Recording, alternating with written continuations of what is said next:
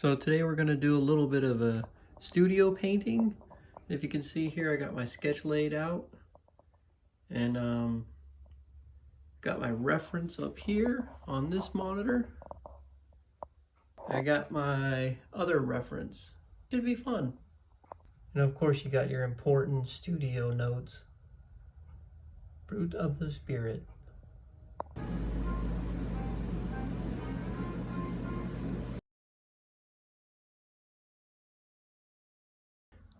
So yeah, today we're going to do something different. We're going to go step by step through an entire painting process.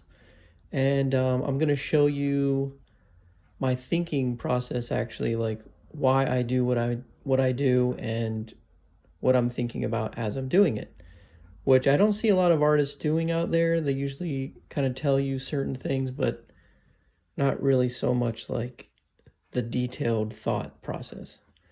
So get your coffee and your tea or whatever you like to drink, and let's get going. So basically what I'm doing here is I'm sketching out the outline of my composition, my design. And you'll notice I have the canvas tone sort of a light peach color, or like I think it's a burnt sienna that's been like thinned out.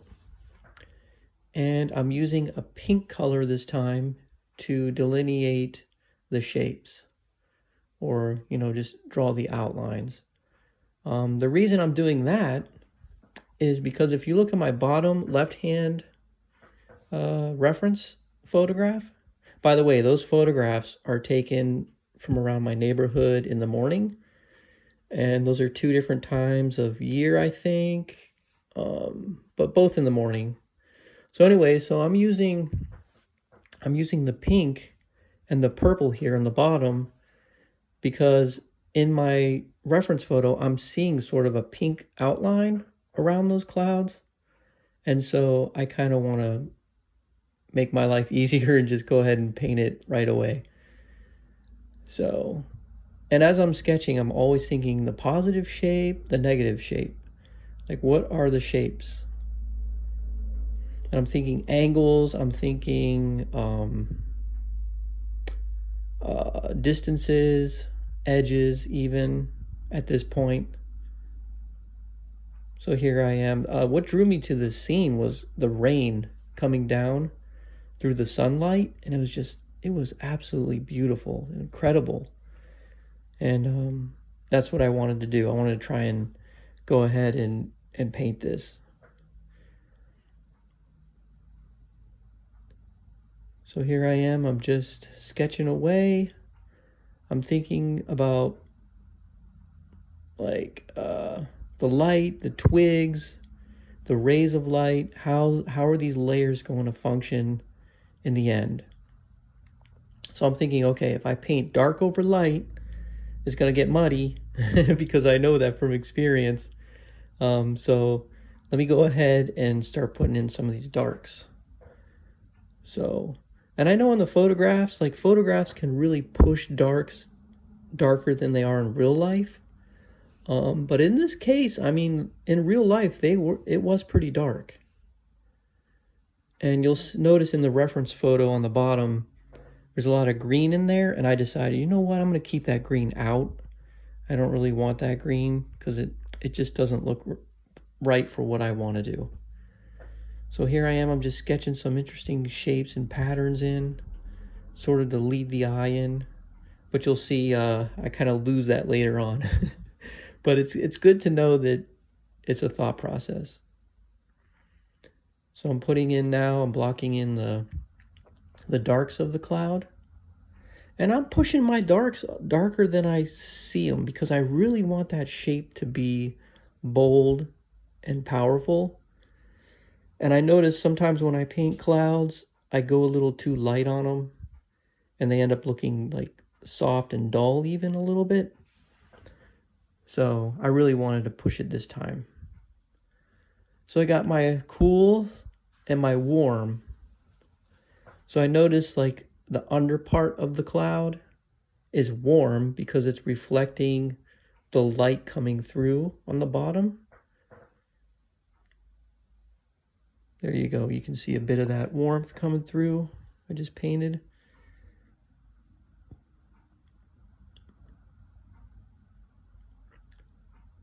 So now I'm just playing around with the shapes and the edges. And I'm putting in a little bit of that blue value because I want to be able to judge the top and the bottom. And finally, I'm putting a little bit of that orange in there. And a lot of this process is correction. Like you make a mark and then you're like, oh, that's not right, or that color, and then you correct it. So for example, if something's too orange, then you know to mix some of its complementary color into it. So that would be blue. So you'll see me doing that throughout this process. Like if something's too blue or too orange, I'll mix its complementary color and then paint right over it. So this is a fun process. This is just sort of smushing the paint into the canvas and being expressive with the strokes and, you know, just having fun. I notice sometimes when I paint certain things, I get too caught up in it, in the detail, and too caught up in the, you know, does this have to look like a photo and like perfect? And then other times it's like, I just want to loosen up. I want the paint to do what it's supposed to do. I want to paint thick and I want to just kind of let it make interesting marks, and that's what I'm doing here. I'm just enjoying the process.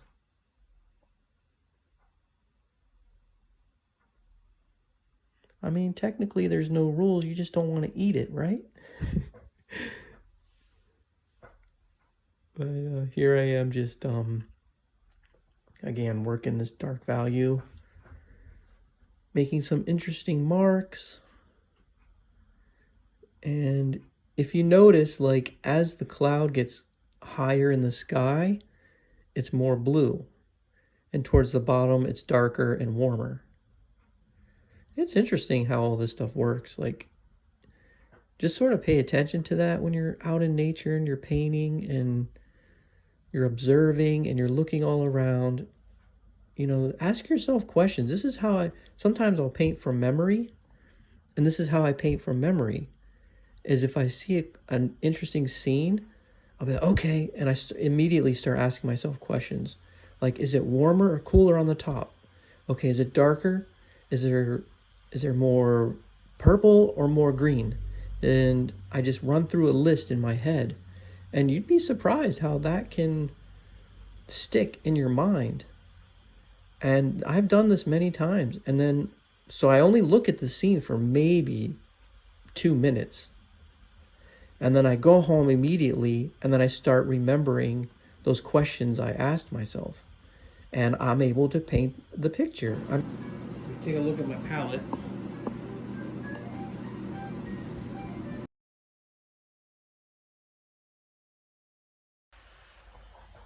All right, so I'm blocking in the sky here. Again, I want warm and cool colors. I want a variety, but in the same value range. And just having fun being expressive with these marks again. You know, sometimes you'll make a mark and it's a mistake, but you're like, that's interesting. I think I'm going to keep that in. So that's what happened just here. So I'm like, oh, I kind of like that. And I'm thinking about the light coming behind the cloud. And I'm looking at my reference and I'm saying, okay, right there in this little gap here, it's warmer because of that light coming through.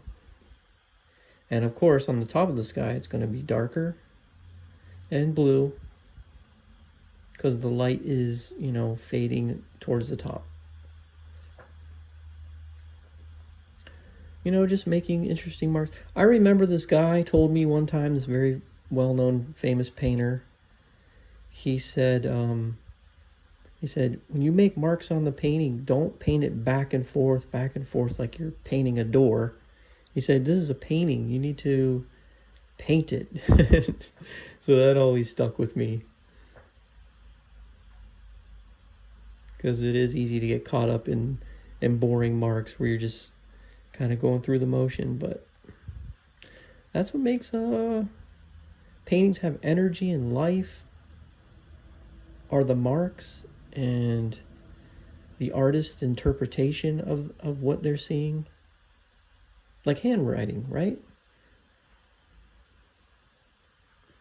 So here I am just softening some edges, playing with this shape a little bit, painting the negative space.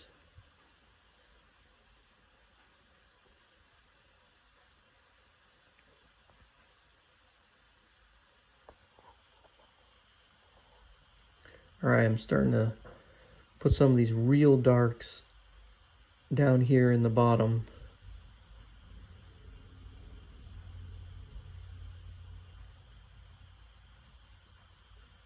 So just making a sort of a lead-in shape here.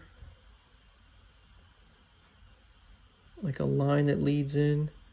Eventually I end up painting that all out again.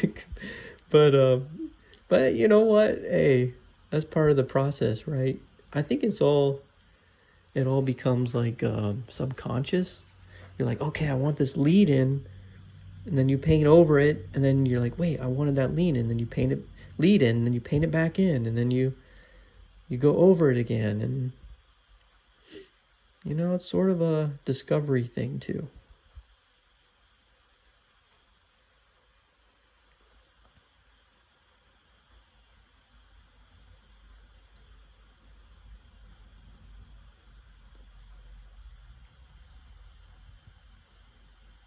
All right, just blocking this in. And I'm also thinking the same thing here, warm and cool, but in the same value range. So I've got dark blues, I've got dark reds and browns. But what I'm thinking about, I don't know if you can see it on the video, and I think I show my palette later, but when you see it, when you're mixing these colors, don't mix one huge pool of one color.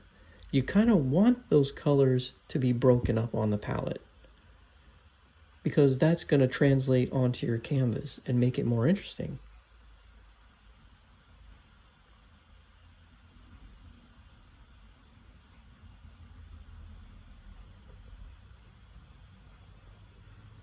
All right, have a little fun here, making some little distant trees and stuff.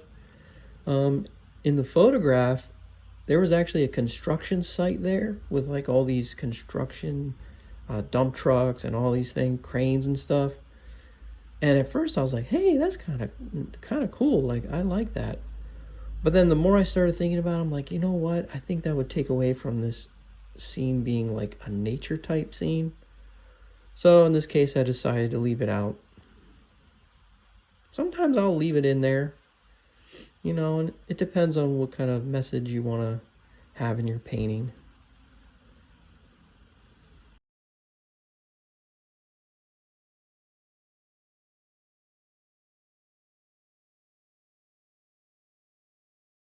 That's pretty good.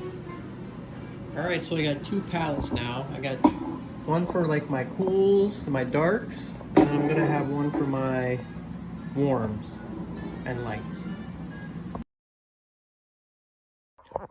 So I wanted to talk a little bit about guilt and shame and how to deal with those. If you're struggling with anything like guilt and shame, which we all do, the Bible has some really great encouragement and wonderful words for you. And if you think you've done something that's too bad, I just want you to know, like King David in the Bible, he had an affair with Bathsheba and then had her husband murdered. And he was filled with guilt and shame, but he humbled himself before the Lord and repented, and the Lord forgave him. So you're never too far gone. There's this great scripture, it's Psalm 32:5, and it goes, "Then I acknowledged my sin to you and did not cover up my iniquity. I said, I will confess my transgressions to the Lord, and you forgave the guilt of my sin." And another one, which is great, is 1 John 1:9, and it says, "If we confess our sins, he is faithful and just and will forgive us our sins and purify us from all unrighteousness." And also, Jesus, he took the ultimate shame. He was mocked, he was beaten, he was spit on and flogged, and then crucified on a cross, naked.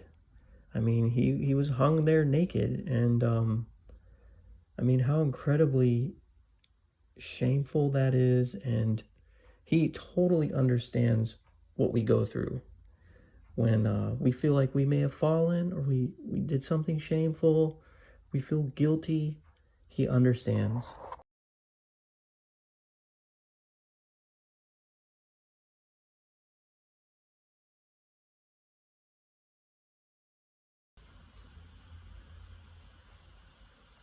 There's a bit of me painting some warm over, or cool over warm, warm over cool, and letting the colors mix on the canvas.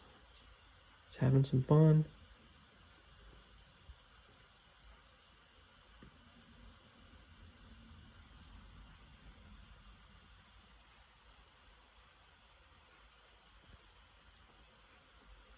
All right, now let's get some edges here, soften some edges.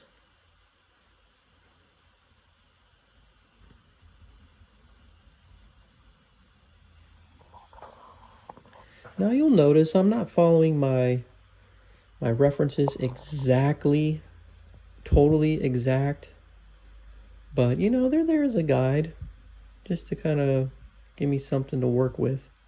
And same with my sketch. I get pretty close to it, but I'm not like copying it exactly.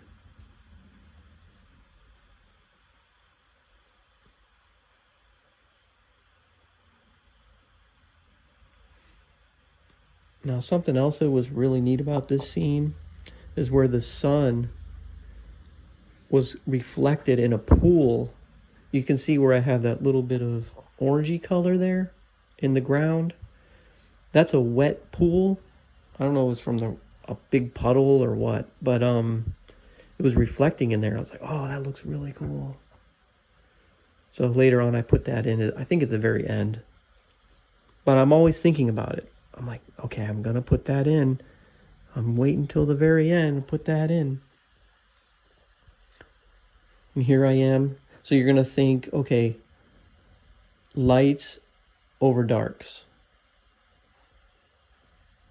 So that's why I painted that yellowy sun area sort of over the darker red area.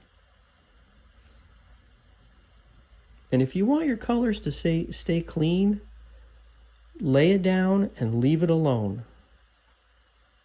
So you'll notice sometimes I'll go back and forth over a color because I'm trying to let it mix with the underpaint.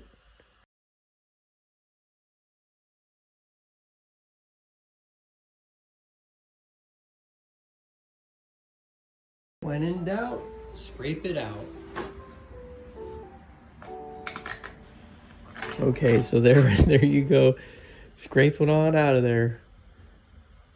So again, if you mess up, you can paint over it, you can scrape it off, you can make it better if you have to. If you feel like you can make it better, why settle for something that you're not going to be pleased with?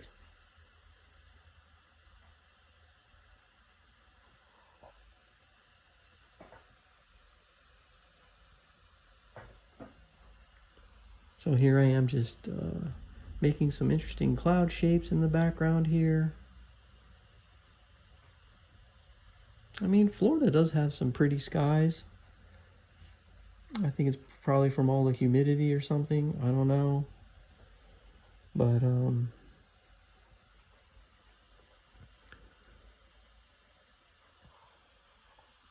here I am laying in some of those darker values in the bottom again. Sometimes you lose these things, sometimes you get them back.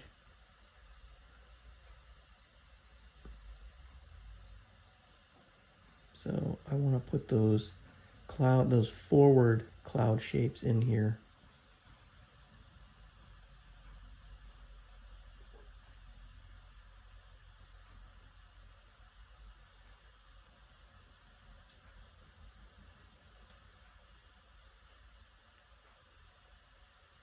Okay.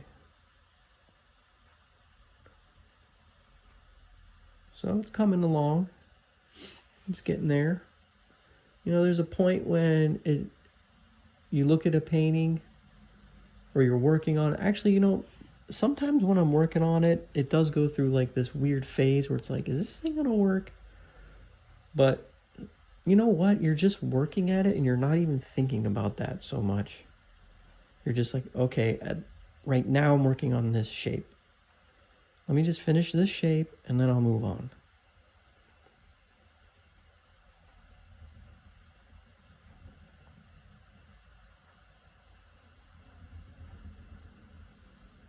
Okay, I'm trying to get that little bit of rim light that's probably reflecting from the sky, just to add some depth.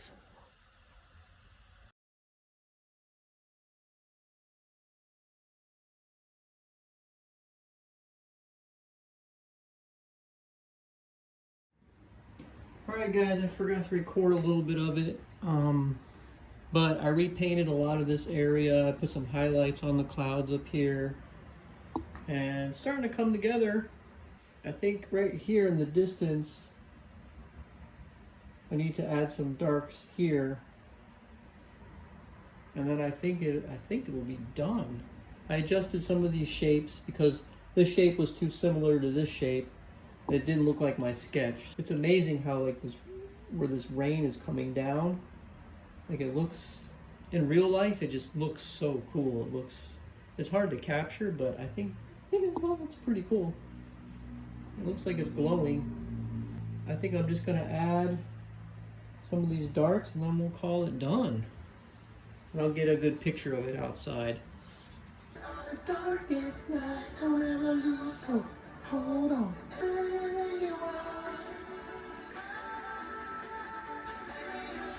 Alright, I'm speeding it up into high speed here because I want to get this finished, and I don't want you guys to sit here all day. So here we go. So I'm finally putting in that little highlight on the bottom, making some interesting edges, and fixing a little bit of these cloud shapes here, and then I think we're done.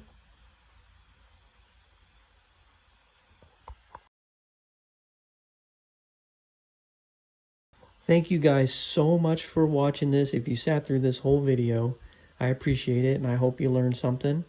You have any questions, let me know in the comments. And if you're not already, please subscribe. And until the next one, take care, guys.